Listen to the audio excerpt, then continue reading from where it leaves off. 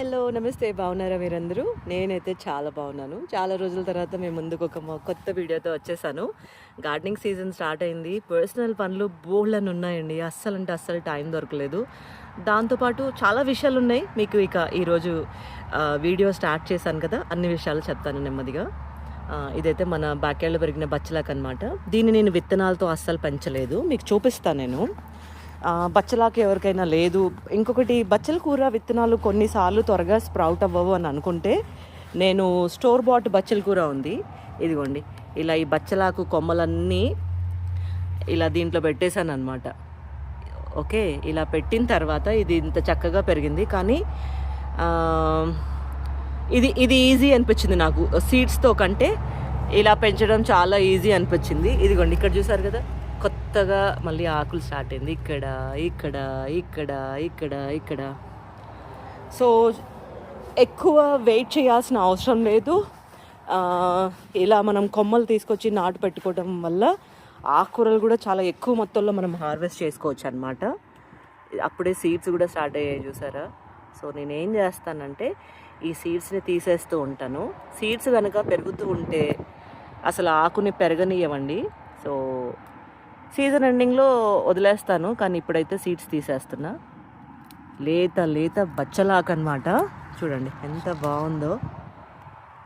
పప్పు చేయబోతున్నా, బచ్చల కూర పప్పు. దానికోసమని హార్వెస్ట్ చేస్తున్నా.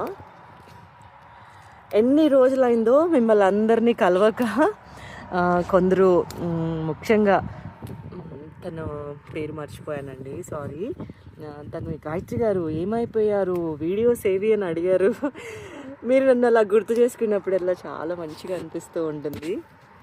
అలానే ఇంట్లో వాళ్ళు కూడా అడుగుతున్నారు ఏమైంది వీడియోస్ పెట్టట్లేదు అని. చెప్పాను కదండి, చాలా పనులు, అసలు back to back full busy అయిపోయాను. అస్సలు తెలియలే. ఎప్పటికప్పుడు వీడియోస్ చేస్తున్నాను, ఐ మీన్ రికార్డ్ చేస్తున్నాను. నా ఫోన్ మెమొరీ ఫుల్ అవుతుంది కానీ అప్లోడ్ చేయట్లేదు, అంటే ఎడిట్ చేయడానికి టైం ఉండలేదన్నమాట.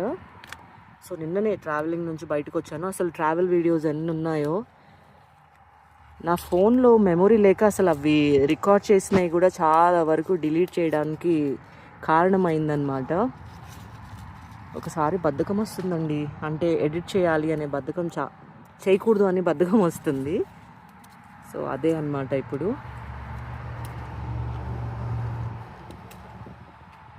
స్టోర్లో తీసుకొచ్చే బచ్చల కూర కంటే మన బ్యాక్యార్డ్లో బచ్చల కూర భలే లేతగా అనిపిస్తుందండి. స్టోర్లో ఇంత పెద్ద పెద్ద ఆకులు ఉంటాయి, అసలు అవి ఉడకడానికి ఎంత టైం పడుతుందో. నాకెంత అండి, ఒక చిన్న గ్లాస్ పప్పుకి ఒక పావు కిలో బచ్చలాకు ఉంటే సరిపోతుంది. ఈరోజు బచ్చల కూర పప్పు చేసి చూపిస్తా, చాలా బాగుంటుంది. ఇంకొకటి, కాన్స్టిపేషన్ అలా ప్రాబ్లం ఉంటే ఈ బచ్చల ఆకుతోటి కూర చేసుకొని తినండి. అసలు మీకు విత్ ఇన్ 1-2 అవర్స్లో స్టమక్ క్లీన్ అవుతుందన్నమాట. నా చిన్నప్పటి నుంచి మా ఇంట్లో మా అమ్మ బచ్చల ఆకు వండి వండి అప్పుడు అబ్బా బచ్చల కూర అని అనిపించేది. బట్ ఇప్పుడు ఏంటంటే మన బ్యాక్యార్డ్లో పెరిగిన బచ్చల కూర కదా. ఇదిగోండి, ఇప్పుడు దీన్ని మనం పప్పు చేసుకుందాం.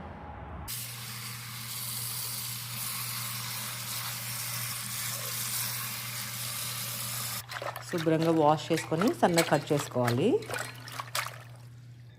సో బచ్చలాకి ఇలా సన్నగా కట్ చేసుకున్నాను. ఇది వచ్చేసి గార్లిక్, ఒక 4 to 5 green chilli and 2 tomatoes. ఇప్పుడు తాలింపు పెట్టేసుకుందాము. ప్యాన్ ఆన్ చేసుకొని, ఐ మీన్ స్టవ్ ఆన్ చేసుకొని ప్యాన్ తీసుకొని కాస్త ఆయిల్ యాడ్ చేసుకొని, జీలకర్ర. ఈ పప్పు చాలా బాగుంటుందండి. ఇది వచ్చేసి ఇది మస్టర్డ్ సీడ్స్, ఆవాలు, గార్లిక్, గ్రీన్ చిల్లీస్. ఇవన్నీ చక్కగా వేగాలన్నమాట. మీకు నచ్చితే కాస్త హింగు కూడా యాడ్ చేసుకోండి. ఇవన్నీ వేగిన తర్వాత దీంట్లో బచ్చలాకు యాడ్ చేస్తాను. సో ఈ తాలింపు వేగేయడానికి ముందే నేను పప్పు రెడీ చేసి పెట్టుకున్నాను. ఇదిగోండి, ఇది పప్పు ఉడికిచ్చేసి రెడీగా పెట్టేసుకున్నాను ఇలాగా. మీకు పప్పులో పులుపు కాస్త ఎక్కువగా తింటారు అంటే ఇంత చింతపండు యాడ్ చేసుకోండి. మీకు పులుపు అస్సలు నచ్చదు అనుకుంటే మీరు యాడ్ చేసుకునే ఆ 2 టమాటో సరిపోతుంది.